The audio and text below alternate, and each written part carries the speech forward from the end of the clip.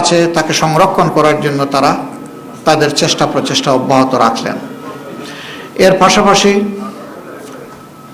প্রাতিষ্ঠানিক সকল স্ট্রাকচারই প্রায় ধ্বংস হয়ে গিয়েছে। এগুলাকে ফিরিয়ে আনতে হলে অবশ্যই দায়িত্ব বেশি সরকারি দলের, তাদেরকেই মূল ভূমিকা রাখতে হবে। তারা যদি মূল ভূমিকা রাখেন তাহলে রাষ্ট্রের যে অঙ্গগুলো বিকল হয়ে পড়েছে সেগুলাকে সচল করা সম্ভব বলে আমরা মনে করি। বিচার বিভাগ থেকে শুরু করে সর্বত্র ভয়াবহ বিশৃঙ্খলা তৈরি হয়ে গিয়েছে। এই জায়গাগুলোকে অবশ্যই পরিচ্ছন্ন করতে হবে। আমরা দায়িত্বশীল বিরোধী দল হিসাবে আমরা জনগণের সাথেই থাকবো ইনশাআল্লাহ। জনস্বার্থ সংরক্ষণ, দেশের স্বার্থ সংরক্ষণ হবে আমাদের মূল দায়িত্ব। এদিকে আমরা সজাগ দৃষ্টি রেখেই জাতির পাশে থেকে আমরা দায়িত্ব পালন করব।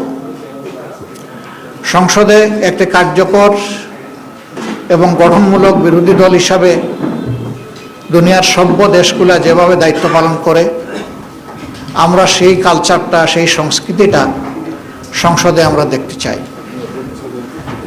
সংসদের দুইটা অঙ্গ, একটা সরকারি দল আর একটা থাকবে বিরোধী দল, এটাই স্বাভাবিক।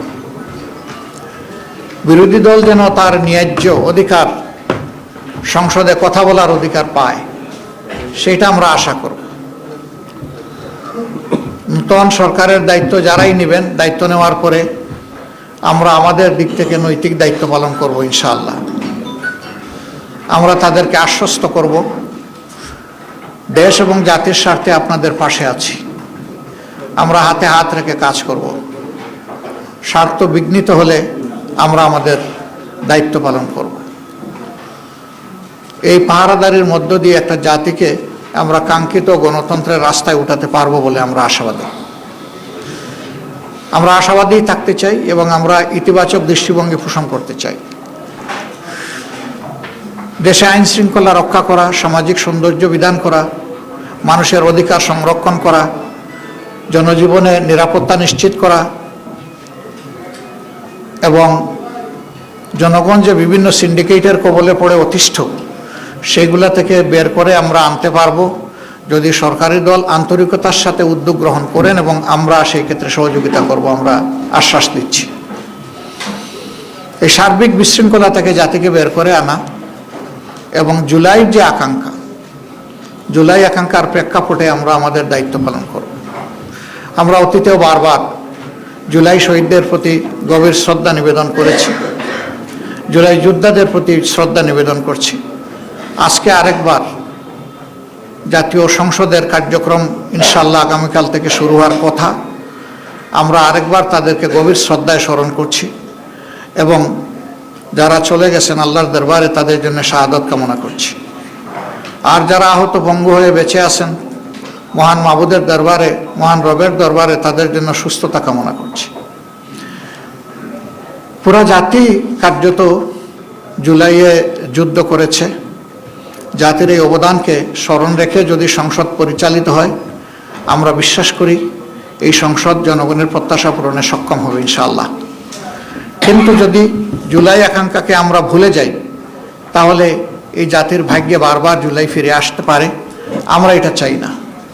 আমরা চাই যে জুলাই যে কারণে ফিরে এসেছে এই কারণটা যেন আর দ্বিতীয়বার তৈরি না হয়। আমরা এখন যে দেশটা, স্বাধীন দেশটা আল্লাহর মেহেরবানিতে পেয়েছি, এটি একসময় পাকিস্তানের অংশ ছিল। 47-এ যারা যুদ্ধ করে সংগ্রাম করে পাকিস্তান তৈরি করেছিলেন তারা অনেক ভালো কথা বলেছিলেন, কিন্তু সেই ভালো কথার প্রতিফলন জনগণ দেখেনি। তারপরেও 47 যে পূর্ব পাকিস্তান ছিল এটাই বর্তমান বাংলাদেশের সীমানা, ওই সীমানা নিয়েই আমরা চলছি। কাজে এটার ভিত রচনা হয়েছে 47। আবার 47-এর যারা সংগ্রামী ছিলেন, রাষ্ট্র পরিচালনার দায়িত্ব পেয়েছিলেন, তারা তাদের দায়িত্বটা নিঃশ্বাস সাথে পালন না করার কারণেই পরবর্তী পর্যায়ে যে বৈষম্য তৈরি হয়েছিল এর বিরুদ্ধে পূর্ব পাকিস্তানের জনগণ তারা ফুঁসে উঠেছিল। 70-এর নির্বাচনে তার প্রতিফলন হয়েছিল। এই নির্বাচন অনুযায়ী 70 সালে ক্ষমতা হস্তান্তরের কথা ছিল শান্তিপূর্ণভাবে, সেটি না হওয়ার কারণেই মুক্তিযুদ্ধ অনিবার্য হয়ে উঠেছিল এবং সেই মুক্তিযুদ্ধে অসংখ্য জীবন চলে গিয়েছে, অসংখ্য মানুষ আহত পঙ্গু হয়েছেন, যারা অংশগ্রহণ করে যুদ্ধ করেছেন, যারা চলে গেছেন এবং যারা আহত হয়েছিলেন তাদের সকলের প্রতি আমরা গভীর শ্রদ্ধা নিবেদন করছি। সম্মানিত বন্ধুগণ, ইতিহাসের ধারাবাহিকতায় আজ ২৬ সালের এই নির্বাচন অনুষ্ঠিত হয়েছে। অতীতে এদেশে সুষ্ঠু গণতন্ত্র প্রতিষ্ঠা হওয়ার কোনো পরিবেশ তৈরি হয়নি। আমরা আশা করি যে আমাদের সমবেত প্রচেষ্টায় সরকারি দল বিরোধী দল মিলে আমরা যদি দায়িত্বশীল আচরণ করি, জাতির প্রতি যদি আমরা দায়বদ্ধতা নিয়ে কাজ করি, তাহলে গণতন্ত্র তার প্রাতিষ্ঠানিক রূপ পাবে ইনশাআল্লাহ। এর কোনো বিকল্প আপাতত নেই, আমাদেরকে সেদিকেই ফিরে যেতে হবে। তবে হ্যাঁ, এই পরিবেশ ফিরিয়ে আনা খুব সহজ বিষয় নয়, অনেক চ্যালেঞ্জ আছে এর সামনে, আমরা বুঝি। চ্যালেঞ্জ যাই থাকুক আমরা মনে করি এটা অর্জনযোগ্য। যদি আমাদের আন্তরিকতা উভয়ের থাকে তাহলে আমরা পারবো ইনশাআল্লাহ। তা আমি আজকে সাংবাদিক বন্ধুদের মাধ্যমে গোটা দেশবাসী যারা এই নির্বাচনে অংশগ্রহণ করেছেন, বিশেষ করে আমাদের পাশে দাঁড়িয়ে যারা সমর্থন শক্তি জুগিয়েছেন এবং যারা আমাদেরকে ভোট দিয়ে কৃতজ্ঞ করেছেন, আমরা তাদের সকলের প্রতি গভীর কৃতজ্ঞতা জ্ঞাপন করছি, আন্তরিক শুকরিয়া জানাচ্ছি এবং অভিনন্দন ও মোবারকবাদ জানাচ্ছি। আমরা যে দেশবাসী প্রত্যাশা নিয়ে আমাদের পাশে দাঁড়িয়েছিলেন, নির্বাচনের ফলাফলে তার পূর্ণ প্রতিফলন হোক কিংবা না হোক, আমরা সেই দেশবাসীকে কথা দিচ্ছি, নির্বাচনের আগে যত কথা আমরা আপনাদেরকে বলেছি, একটা বিরোধী দল হিসাবে আমাদের নিজের অবস্থান থেকে তার যতটুকু সর্বোচ্চ পালন করা সম্ভব, বাস্তবায়ন করা সম্ভব, আমরা সেই ব্যাপারে ইনশাআল্লাহ প্রতিশ্রুতিবদ্ধ। আমরা তা করার জন্য সর্বাত্মক চেষ্টা করব, আল্লাহ যেন আমাদেরকে সাহায্য করেন। সেই ক্ষেত্রে আমরা প্রিয় দেশবাসীরও সহযোগিতা কামনা করি। দেশবাসী, আপনারা ছিলেন আমাদের পাশে, আমরা আছি আপনাদের পাশে। আমরা আপনাদেরকে ছেড়ে কোথাও যাব না। সুদিনে দুর্দিনে যাই আসুক, আমরা দেশবাসীর সাথে থাকবো ইনশাআল্লাহ। আল্লাহ তাআলা আমাদের সহায় হন এবং আগামীকাল থেকে যে নতুন অধ্যায়ের সূচনা হচ্ছে, এটা দেশের জন্য কল্যাণ বয়ে আনুক, নতুন দ্বারা সুস্থ রাজনীতির বিকাশ ঘটুক এবং মানুষের জীবনে শান্তি এবং নিরাপত্তা ফিরে আসুক।